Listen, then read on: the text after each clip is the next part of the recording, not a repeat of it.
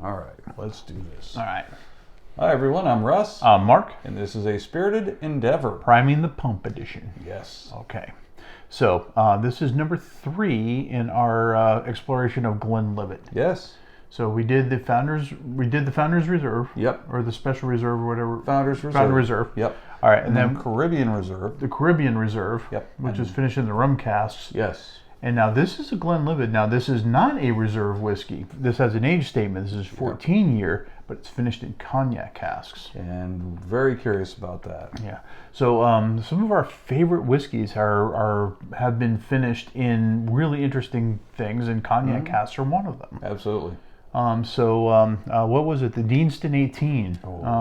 That one, we had one that was finished in a cognac cask. And for me, that was my top whiskey for a very long time. Agreed. And I love the dark fruits and everything that the cognac brought to that whiskey. Yeah. And I really, really dug that. And it was just recently kind of upended by another wine barrel finished whiskey, which was the New Zealand 18 year. Yeah, that's just a stunning whiskey. That's for both of us. That's the pinnacle at this point. Yeah, for sure, and certainly of finished whiskeys. Yeah. So I'm really curious to try this one. Cognac casks. I am too, especially by comparison, just to see what the age statement brings, what the finish brings, because again, it's a 40% ABV, which that has its pros and cons. So I'm curious to see how much of what we got in the other two is present in this one versus the finish. Yeah, for sure. Now, I believe like the Deanston 18, I think that was like a 46% ABV. The New Zealand, I think, was close to a 50%. Yeah, that one was pretty stout. Yeah, that one was pretty stout. Yeah. This one 40. I'm expecting it's probably not going to have as many strong flavors to it, but I really want those dark fruits in there. Yeah, that's what I'm hoping for. All right, let's get into it. See what this is all about. Yeah, now our experience has been that with 40% ABV, a lot of the time what happens is it lacks a little bit on the initial tasting, but then it comes in a little stronger mid-palate.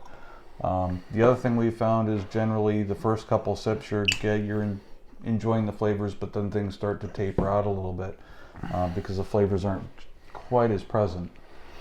But yeah, there are exceptions. Now that's much darker whiskey really than the other two that we tried tonight. Yeah, and I just caught a whiff of that just setting it down.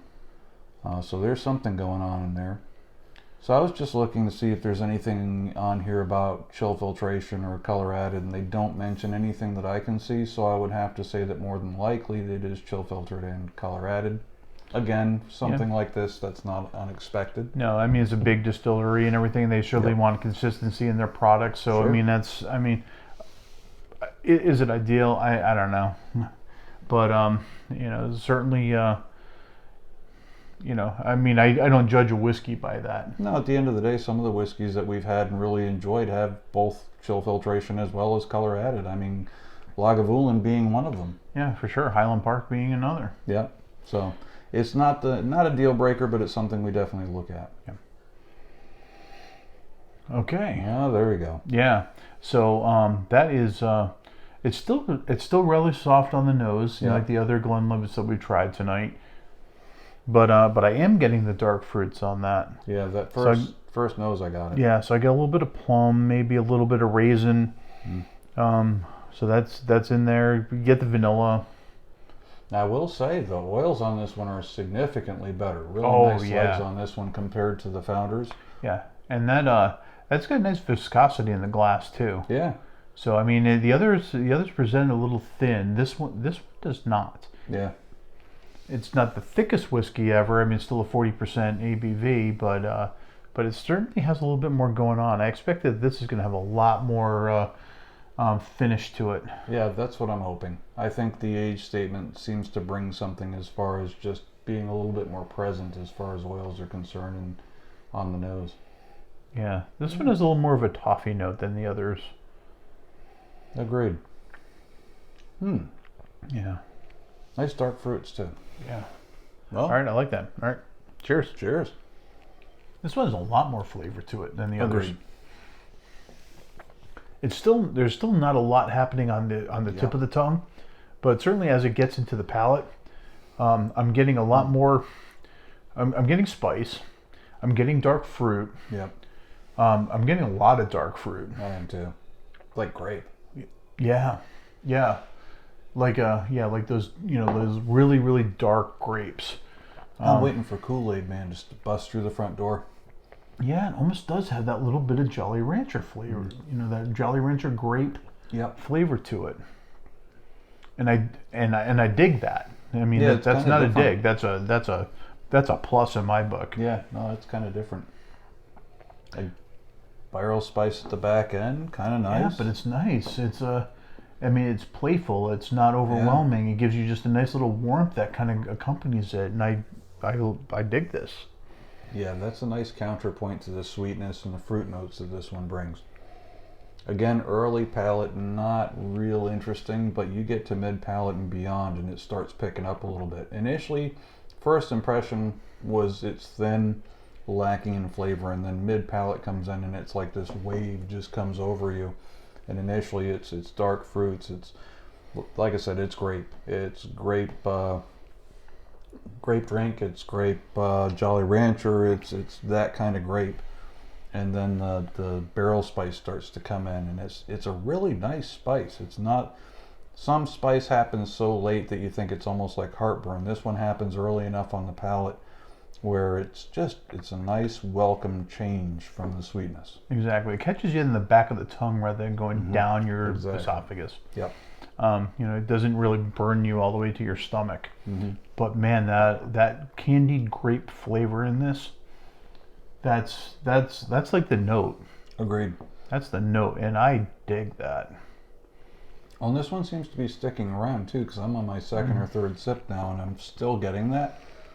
That's been a complaint of ours with other whiskeys, is once you get acclimated to it, there really isn't much left besides the barrel. This one, I'm still getting some of those fruit notes. So at least that's continuing as I get further into the glass.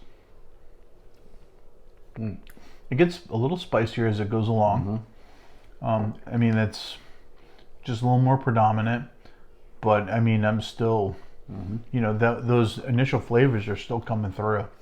I like that. Yeah, that's fabulous.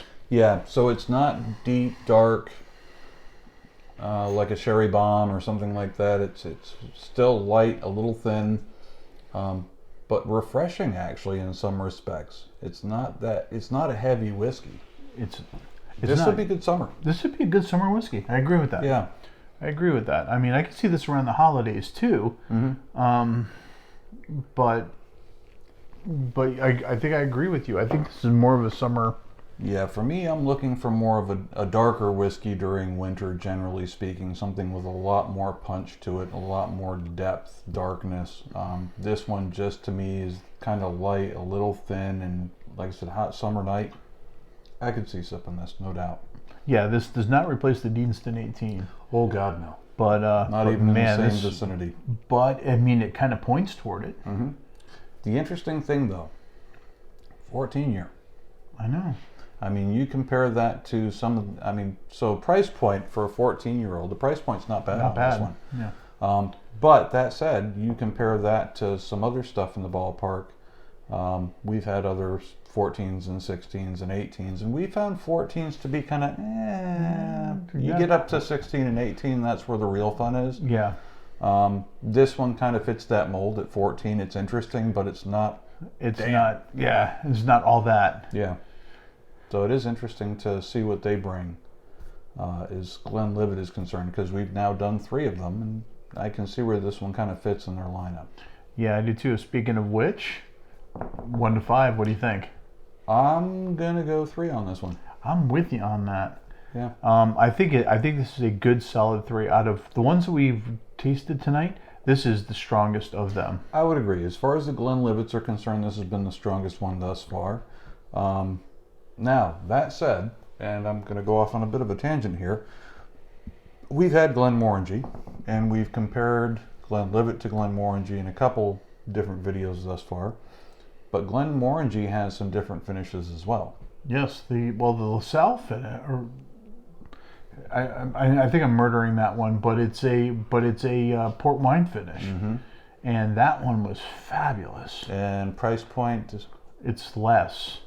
It's less, and it's a 14-year. It's a little less, and I think it's tastier. yeah. That's my problem with this one. Yeah, I'm kind of with you on that. That's why I give it a 3.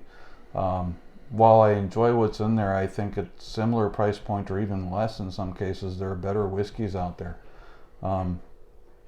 But I think that's not for everyone. I think this one, what it offers as far as being a bit lighter, may appeal to a certain audience. And, you know, just because it's not right for me or Mark perhaps doesn't mean it's not right for you. So it's worth checking out. But as far as Glenlivet is concerned, if you like Glenlivet, this is probably a good one to pick up if you want to try some fruit notes. Absolutely. And if you're introducing somebody to Scotch, this is a nice one to try, you know, to present to them. Absolutely. So I think a non-Scotch drinker might find something to like in this. Yeah, I would agree with that. Because it's not going to have those, you know, strong flavors. It's not going to overwhelm you. And Yeah, it's not peaty. It's not the least bit smoky. It's going to have a little bit of fruitiness to it. That's going to be really pleasant.